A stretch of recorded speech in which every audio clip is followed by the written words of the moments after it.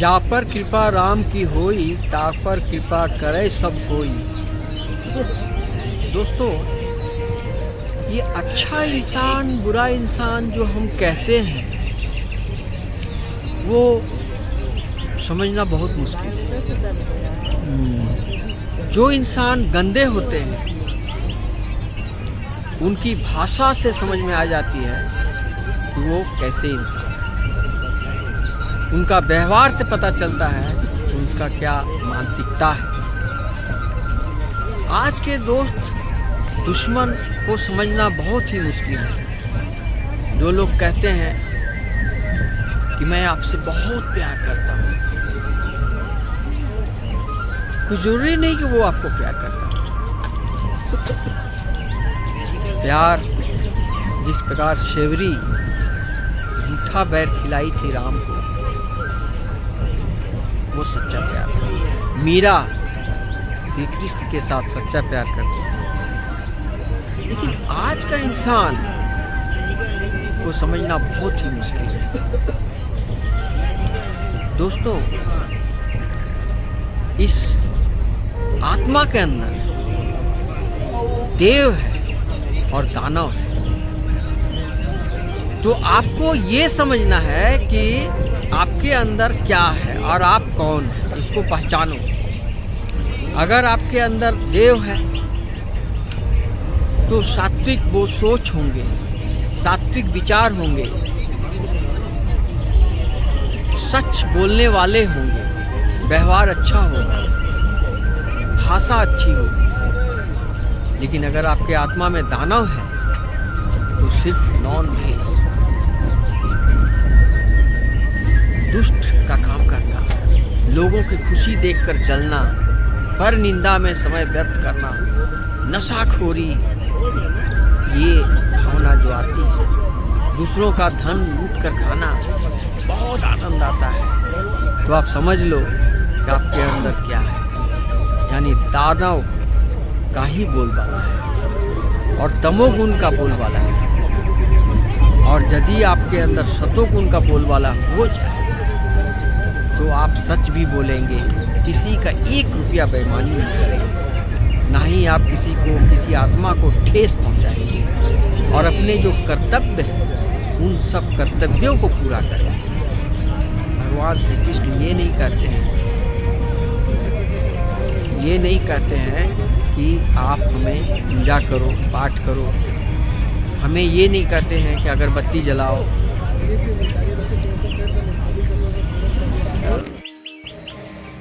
तो राम की कृपा का मतलब ये होता है दोस्तों, गुण 3 प्रकार के होते हैं, सतोगुण, रजोगुण और तमोगुण। भगवान जिसको, परमात्मा जिसको उद्धार करना चाहते हैं, जिसको पवित्र बनाना चाहते हैं, शुद्ध आत्मा बनाना चाहते हैं, वो सात्विक गुण उसके अंदर आएगा। और जिसको बहुत सारा कष्ट भोगना है, किसी पाप का कर्म भोगना है, वो सतोगुण में नहीं आ सकता है, क्योंकि वो इतना कर्म खराब कर चुका है, क्योंकि वो दंड का अधिकारी है। और वो जब तक उसका दंड समाप्त नहीं हो जाता तब तक वो सात्विक गुण में आ ही नहीं सकता है। इसलिए दोस्तों, वैसे भी लोग जो महापापी हैं उनका भी उद्धार हुआ है, जैसे अजामिल पल भर में उद्धार हुआ। इसलिए कहना मुश्किल है कौन किसका कब कहाँ भगवान उद्धार कर देंगे, कहना मुश्किल है। दोस्तों, अगर इंसान के अंदर में सद्बुद्धि आ रही है तो समझ लीजिए इसमें परमात्मा का ही हाथ है। और अगर उसके अंदर दुर्बुद्धि, मंद बुद्धि हो रहा है, इसमें भी परमात्मा का ही ये है। परमात्मा कहते हैं कि जो तुम्हारा कर्म है वो कर्म के अनुसार प्रारब्ध होता है। और कर्म 2 प्रकार के होते हैं, पाप कर्म, पुण्य कर्म, धर्म कर्म, अधर्म कर्म। तो इंसान को धर्म के रास्ते पर लाना भगवान का ही हाथ है, और अधर्म के रास्ते में आता है उसमें भी उनका हाथ है। क्योंकि जिस इंसान को कहा गया है कि जाको प्रभु दारुण दुख दीन्हा, ताको मति आगे हर लिंगा, जिसका दुख भोग है वो सात्विक हो ही नहीं सकता। हर वक्त नॉनवेज, मांस, दारू, शराब और बेविचार पापाचरण से भरा पड़ा संसार है। ना ही वो भागवत कथा सुनेगा, न भागवत गीता पढ़ेगा, ना ही वो धर्म की कोई कहानी सुनेगा, ना ही वो माता पिता का सेवा करेगा, ना ही अपना परिवार को लेके चलेगा। शराब पीने वाले को देखे होंगे कि घर के लोग रोते हैं और बाहर के लोग हंसते हैं। बाहर के बेश्या लोग बोलते हैं कि शराब न होती तो हम लोग का कारोबार नहीं चलता। अगर एक शराबी आता है तो 10 के जगह में 100 दे के जाता है, 100 के जगह में 500 देता है, 500 के जगह में 1000 दे देता है।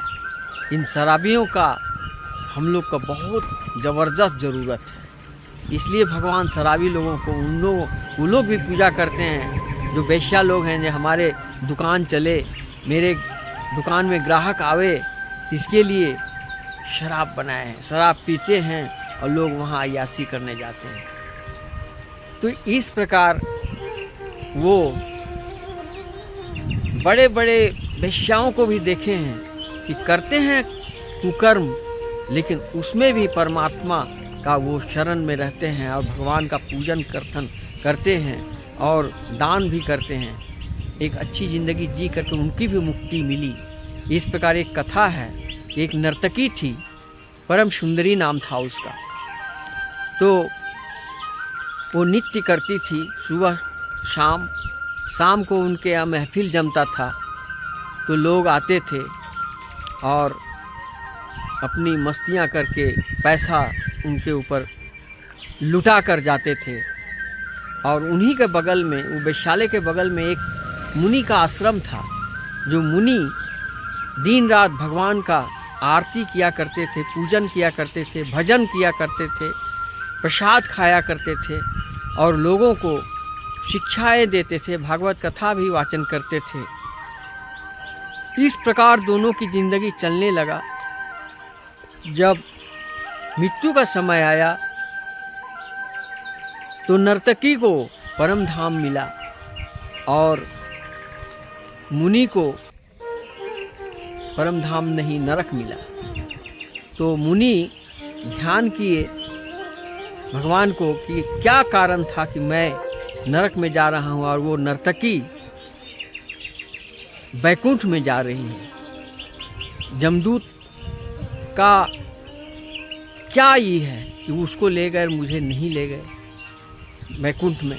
तो जमदूतों ने कहा, उनके माध्यम से धर्मराज ने कहा कि मुनि संत जी, आपका ध्यान हर वक्त नर्तकी के तरफ था, पूजा पाठ में आपका ध्यान नहीं था, कथा वाचन में आपका ध्यान नहीं था, आप तन मन से नहीं था, आप जितना ध्यान करते उससे कहीं ज़्यादा ध्यान आप नर्तकी पर लगाए थे। और नर्तकी जब नाच करती थी वो ध्यान तो लगाती थी नाचने में, गाने में, लेकिन परम ध्यान वो आपके कीर्तन पर, भजन पर और आपके परमात्मा पर वो उसका ध्यान था। इसलिए उस नर्तकी को वैकुंठ में वास मिला। और आपको कुछ दिन और तपस्या करनी होगी, फिर आपको मुक्ति मिलेगी। फिर वो तपस्या करने लगे, फिर वो भागवत कथा करने लगे। फिर कुछ दिन, वर्षों तक तपस्या के बाद भी उनको मुक्ति मिली, लेकिन नर्तकी को पल भर में मुक्ति मिली। इसलिए दोस्तों, आपको कहीं और जाने की जरूरत नहीं है, परमात्मा आपके पास ही है। आपको उसको ध्यान करना होगा, चिंतन करना होगा, मनन करना होगा और सतपथ पर चलना होगा। आप देखे होंगे कि मैंने इस्कॉन मंदिर में देखा है 116 माला प्रत्येक दिन वो जाप करते हैं। हरे कृष्ण कृष्ण कृष्ण हरे हरे, हरे राम राम राम हरे हरे का जाप करते हैं। पूजन भी करते हैं, आरती भी करते हैं, मगर कोई जरूरी नहीं कि वो परमात्मा के शरण में जाएंगे। इतना करने के बाद भी अगर उनका मन में मैल नहीं गया, लोभ नहीं गया, वासना नहीं गई और मोह नहीं गया, तो उनका धर्म करने की कोई लाभ नहीं। मैंने देखा एक एक किसान दिन भर खेतों में काम करते हैं और 1 मिनट आधा मिनट भी भगवान का नाम जप लेते हैं, उसी में उसको मुक्ति मिल जाती है। क्योंकि उसकी आत्मा में भगवान कहते हैं, अर्जुन ने पूछा भगवान श्री कृष्ण से, हे कमल नयन, क्या तुम अगरबत्ती जलाने वाले, पूजा करने वाले, भजन करने वाले को भी तुम पसंद करते हो, उन्हीं को पूजा स्वीकार करते हो और अन्य लोगों को नहीं? तो बोले नहीं पार्थ, ऐसी बात नहीं है कि मुझे भजन करे, मुझे कीर्तन करे, मुझे अगरबत्ती जला के पूजा करे, इससे मैं कुछ नहीं। मेरे द्वारा जो संसार की रचना हुई है, उन प्रत्येक जीवों को जो व्यक्ति सेवा करता है और जो उनका सहायता पहुंचाता है, जो सुख दुख में उसका साथ देता है, उसकी हत्या नहीं करता है, उसको दिल में ठेस नहीं पहुंचाता है और सात्विक कर्म करता रहता है, वो मेरे पास आ सकता है, वो मेरे धाम में आ सकता है।